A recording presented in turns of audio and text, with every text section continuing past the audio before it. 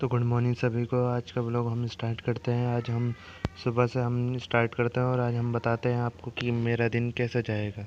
तो ये बस सुबह का मौसम हम देख कर इतने हसीन हो गए थे कि आज ज़्यादा ही अच्छा मौसम है।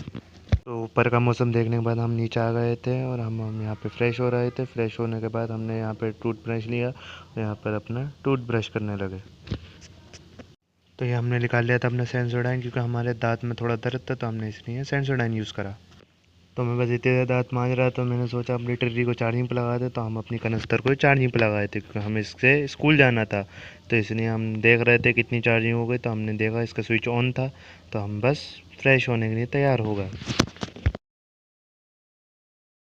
तो इसी के साथ हम दांत मांजने लगे और यहाँ पर मुंह धोने के बाद हम अपने स्कूल के लिए तैयार होने के लिए चल दिए। तो ये हमने निकाल लिए थे स्कूल के कपड़े, क्योंकि हमारे घर में से कोई उठा नहीं था। तो इसलिए हमने खुद अपने कपड़े निकाले। तो स्कूल के कपड़े पहनने के बाद हम हो गए थे रेडी और ऐसे लग रहा था जैसे कि आज सलमान खान में ही हो। तो बस हमने फिर बैग में से पेन निकाले, क्योंकि आज हमें स्कूल नहीं, हमें खाली पेपर देने जाना था। तो इस वजह से हमने स्कूल के बैग में से पेन निकाले। पहले हमने निकाला ब्लू पेन, फिर निकाला ब्लैक पेन। तो रेडी होने के बाद फिर हमने गए अपने जूते निकालने, क्योंकि हमारे जूते एक कोने में पड़े हुए थे। फिर हमने जूते लेकर आए, फिर सॉक्स पहने, फिर हम बस रेडी हो गए, क्योंकि हमें चलना था नवेद भाई को लेके आना है। फिर हम जूते पहन के तैयार हो गए और हम यहाँ खड़े हो गए और तैयार हो गए। तो क्या था, बस हम अपनी कनस्तर को लेके और चल दिए, क्योंकि हमें ये जगह हमने चापी और हम स्टार्ट हो गए। क्योंकि हमें जाना है सबसे पहले अजयपुर, क्योंकि अजयपुर हमारे बस 2 किलोमीटर का फासला है, क्योंकि वहाँ पे रहता हमारे नवेद भाई।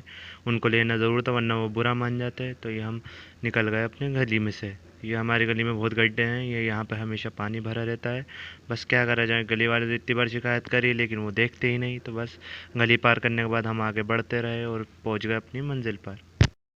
तो बस खूबसूरत मौसम का मज़ा लेते हुए, हल्की हल्की धूप का मज़ा लेते हुए हम नवेद भाई के गांव की तरफ बढ़ गए। तो हम बीच में देखा ये गेहूं की फसल लगी हुई है, जो कि 2-3 महीने में तैयार हो जाएगी।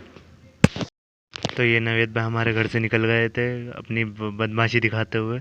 हम, क्योंकि ये हमारी कॉलोनी उठा रहे तो हम इनको पर गुस्सा हो रहा था। फिर इन्होंने हमारे हाथ से चाबी छीन ली, बोले तुम्हारे बाप की नहीं है। हमने कहा तुम्हारे बाप की भी नहीं है। तो उन्होंने चाबी लेकर गाड़ी मोड़ कर और तैयार हो गए। और ये हम बैठ रहे थे। तो वो आगे निकले जा रहे, हम कहा नवेद भाई हमें तो ले लो। बोले अरे बैठो बैठो, आपकी ही तो गाड़ी है, वरना आप बुरा मान जाओगे। तो बस नवेद भाई के साथ हम निकल गए।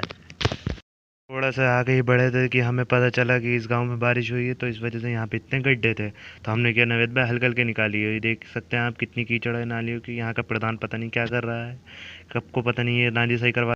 तो नवेद भाई से बात करते हुए और बाग बराबर में बाग देखते हुए और हम नवेद भाई से बात करते हुए कि पेपर में क्या आएगा वो आएगा, हम अपने स्कूल की तरफ बढ़ते रहे। नवेद भाई पे बहुत ही बोलते हैं भाई साहब, इनसे जितना भी गया तो चुप जा, चुपते ही नहीं है। तो ये बोले जा रहे थे। तो बस नवेद भाई के साथ मज़ा लेते हुए हम आ गए थे बस अड्डे। ये भी बहुत फेमस हमारे यहाँ का बस अड्डा है। बस यहाँ पे हम स्कूल के पास पहुँच गए थे, चंदा पैलेस के पास, क्योंकि यहाँ से बस 500 मीटर की दूरी पे हमारा स्कूल है, सरस्वती विद्या मंदिर इंटर कॉलेज। तो बस जैसे ही थोड़े आगे बढ़े, नवेद भाई ने गाड़ी स्कूल की तरफ को मोड़ दी, क्योंकि ये हमारे स्कूल के बच्चे खड़े हुए जो पेपर की नहीं तैयारी करते हुए। और हमें कोई टेंशन नहीं थी पेपर की तैयारी वैयारी की साहब, क्योंकि ये लोग तो पढ़ने की वजह से आते हैं और हम सिर्फ तफरीबाजी के इरादे से आते हैं। तो बस नवेद भाई ने इस ट्रैफिक में, भरे ट्रैफिक में से निकाल कर अपनी पार्किंग एरिया में खड़ी कर दी। यहाँ पर हमारा काम था कि गाड़ी को खड़ी करना, और यहाँ पर हम गाड़ी को खड़ी करके और इसको मोबाइल को डिक्की के अंदर डालकर और हम चल दिए स्कूल के अंदर। तो पेपर देने के बाद हम जैसे ही बाहर आए तो हमारी ट्रेन स्टार्ट नहीं हो रही। हमने इतनी कोशिश करी डिग्गी खुल जाए, तो वो खुल ही नहीं रही। फिर हम नवेद भाई के पास लेके गए।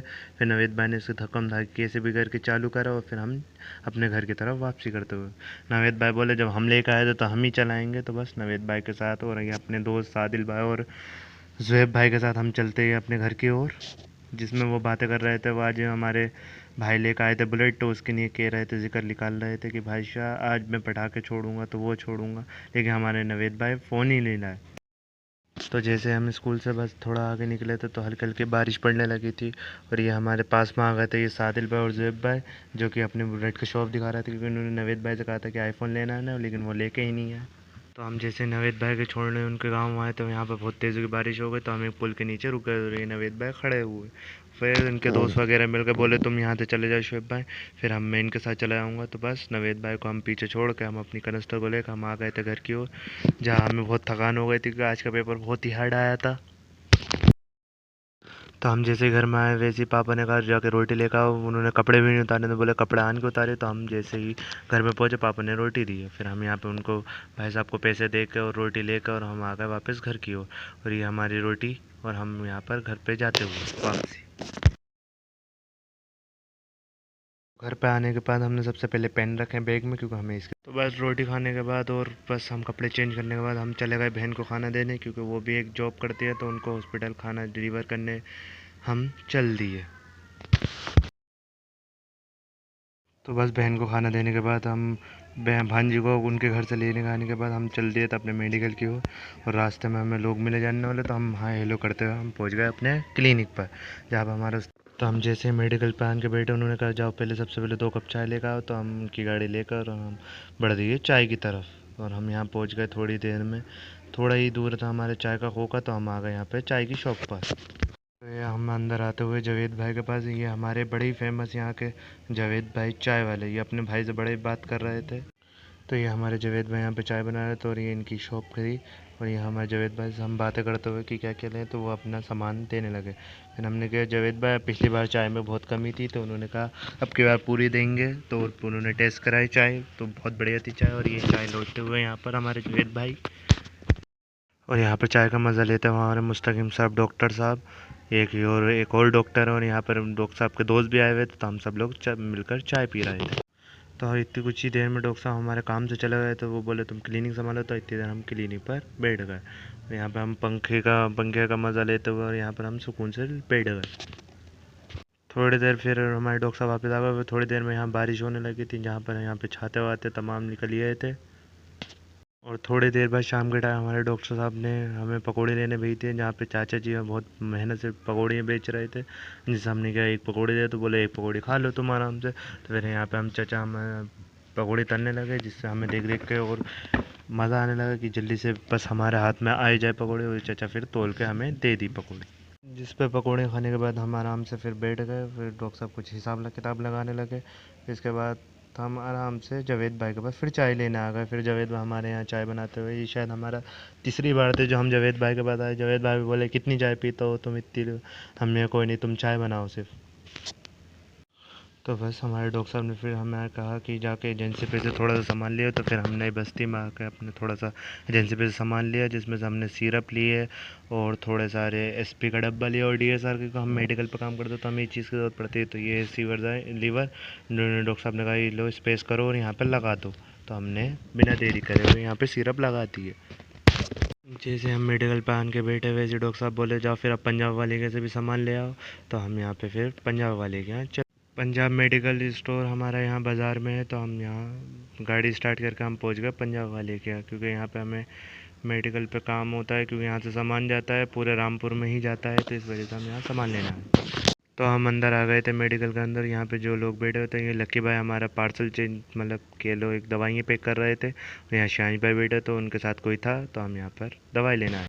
तो हम दवाई लेने के बाद यहाँ पे हम गाड़ी स्टार्ट करने के बाद हम आ गए थे अपने क्लिनिक जहाँ पे हमने अपना सामान रखा और फिर निकाला माल लगाया। तो इतनी देर में हमें कम से कम 15-20 मिनट लगे। और यहाँ पे हमारी आधे से ज़्यादा सामान अभी रखा हुआ था तो ये खाली हो गया।